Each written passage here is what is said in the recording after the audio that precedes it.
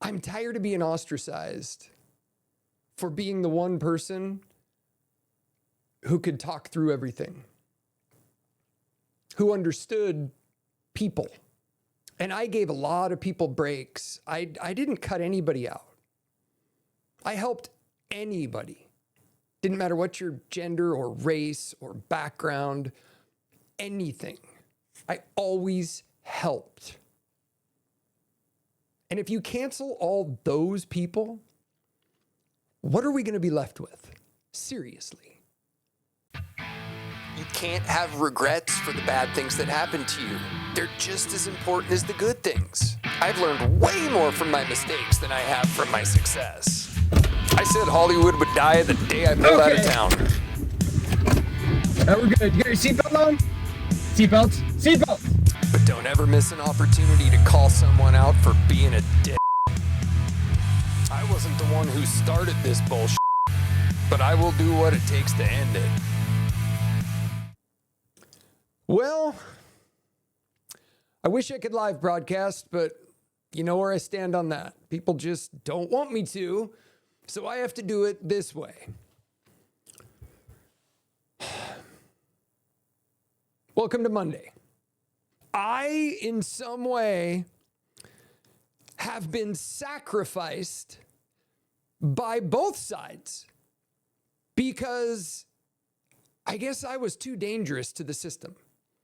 I was a guy who formed my own political opinions, formed my own beliefs, didn't have parents who influenced me, had influence from multiple sets of friends' parents, because I spent so much time with friends and friends' parents that I was able just to kind of form my own beliefs. And I think that scares the shit out of a lot of people. I think it scares people because not only did I form my own beliefs, but I also was able to form so much experience and capability by doing all of the things I did throughout my career. And yeah, I was given a phenomenal opportunity to work for a company that would have typically required a college degree. And I don't think very many people get those opportunities. So that is why I'm being sacrificed. That I am positive is why I need to be sacrificed and why no one in this town is pretending like I even live, pretending like I exist. What do you think about that hypothesis? Because I have all of this knowledge that can talk, I'll talk with anybody. I'll debate anybody. Fox News, CNN, any single seat you put me in, I will debate anybody. And I've probably been like that for 20 years.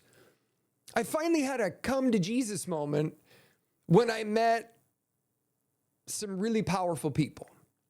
When I started meeting the really powerful people in this state, politicians, leaders, judges, when I started getting to know that level of person, I saw it. It was clear. It was clear as day that everybody has their faults. Everybody is sort of faking it to make it. I mean, it was clear in 2020. I was having job interviews for jobs that people had recommended me for, that I would have been great at, that were perfect fits for me. But no, ghosted.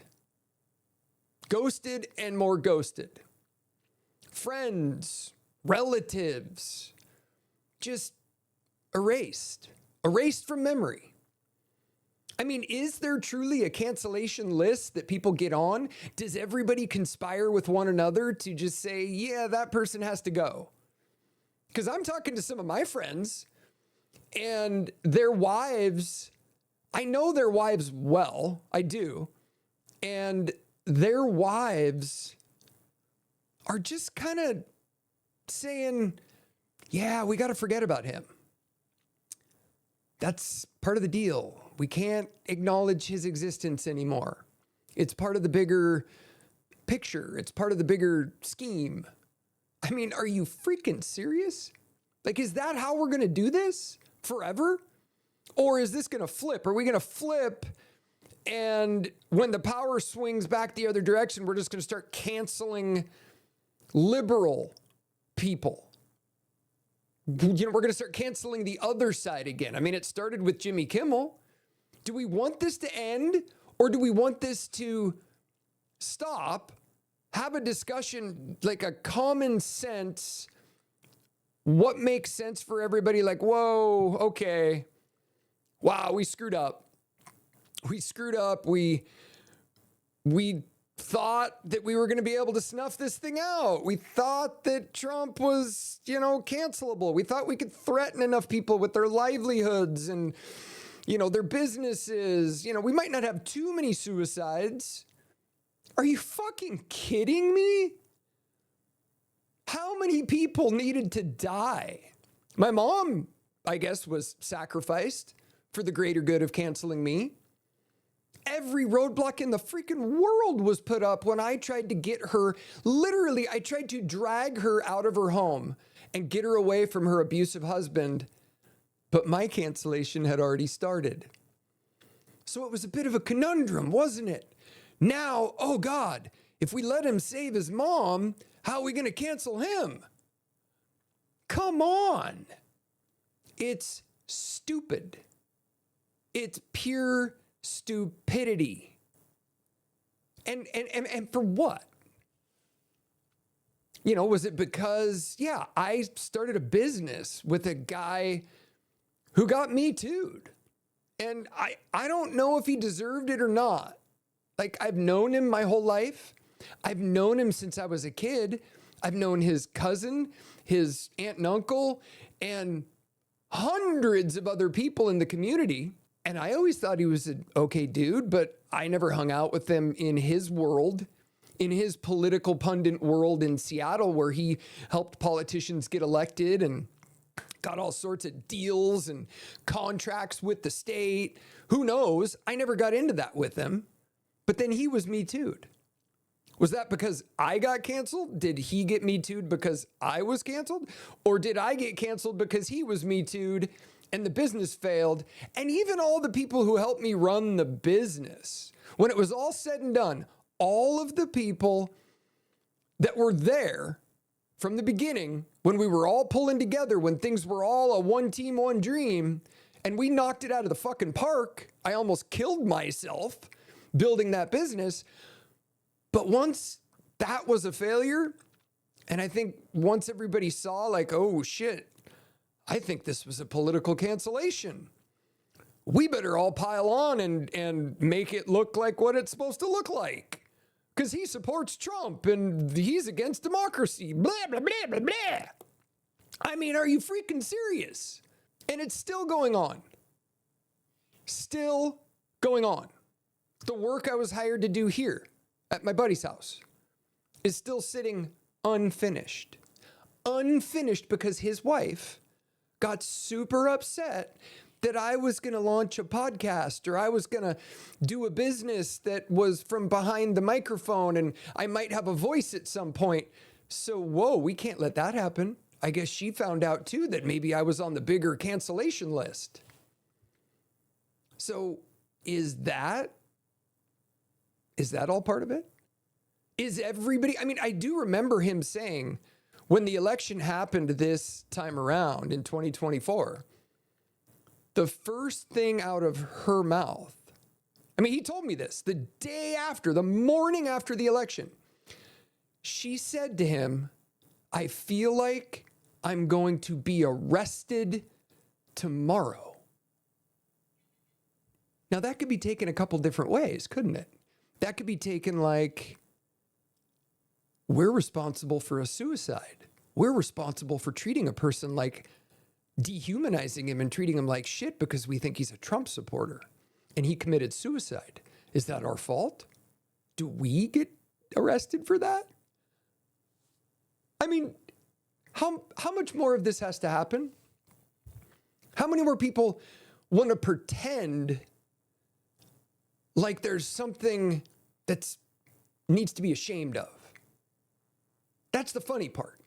Like the people who are kind of getting what's going on and getting the games that are being played on a larger scale, those are the people that, well, they're still not like, they're still being careful. Like nobody wants to be seen with me for fear of backlash. Nobody wants to be known for giving me a job or helping or anything like that. Is this going to continue forever? What happens if the country goes even further to the right? Which it probably is, because if you have a normally developed emotional center, if you have and possess emotional intelligence and understand right from wrong, and you have a good moral compass and yada yada, you're going to pick up on all this behavior as being like criminal, weird. You're going to pick up on it as something's wrong, something's off, something's strange. There's a tremor in the force. So that is what is killing everybody.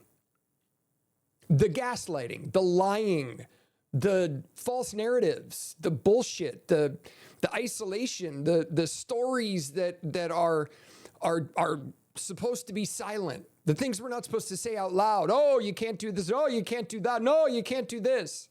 Trying to control a narrative on a mass scale. And it's still going on pretty strong. But what if things just keep swinging back the other direction? Like I said in yesterday's broadcast, if you guys remember back, when I was talking about how Trump's not that bad, like, why is everybody freaking out? He got elected. I voted for Ross Perot.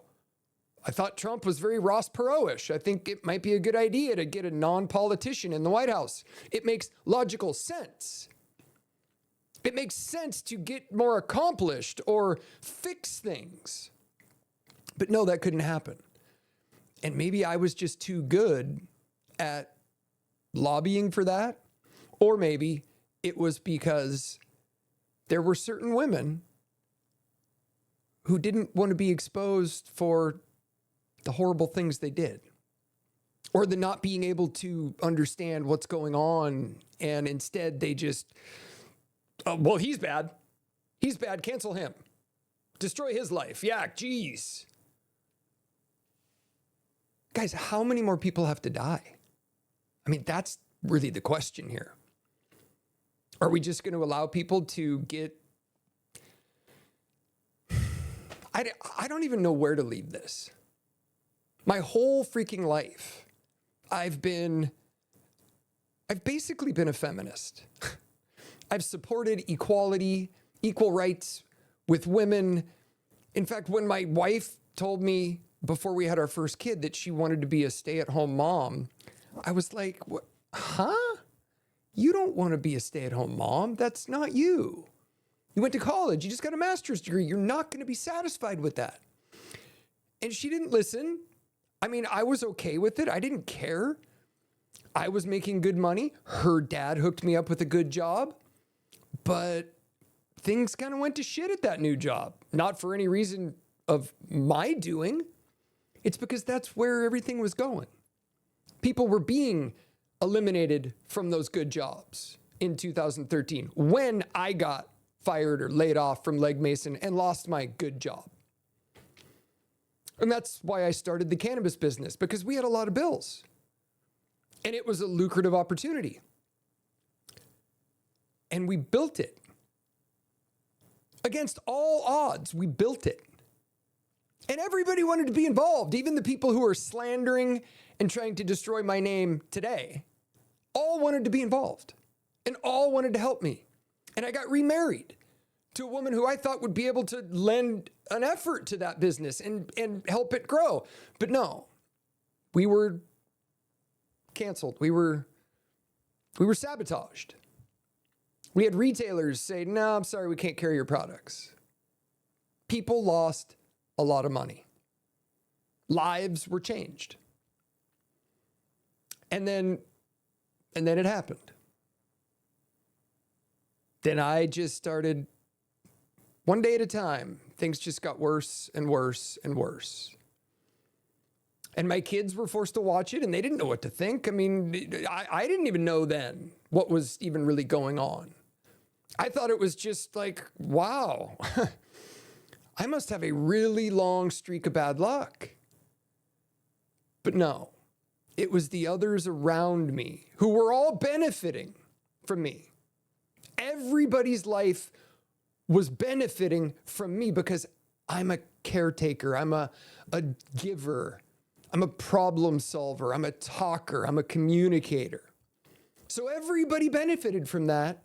And then when they figured out that they might have to have a little bit of accountability or accept responsibility, nope, that's where we drew the line. That's where everybody drew the line. This is all about accountability, guys. All of it. There's nothing outside of just accepting responsibility for your own behavior. Blaming others for your behavior, that gets us here. So I think it's good that we got a moral compass calibration. And maybe there were some people who deserved to be canceled and had their life ruined. Maybe they were bad people. Because there are bad people in the world. But it's not bad people on the right and no bad people on the left. It's bad people everywhere. Trust me. My Christian conservative family, there's lots of the same exact people there. And yeah, women can make mistakes just like men. That's because we're all humans. One gender is not better than the other, but it sure does explain maybe why we have this new gender neutral trans kind of show going on behind the scenes to just keep everybody fucking confused. I'm sick of it. Just get your shit together. Figure out what you're doing wrong and call people out for when they do bad shit. It's not about politics. It's about human nature and human behavior and all of the things that go with that. Sorry, I didn't mean to get this fired up this morning.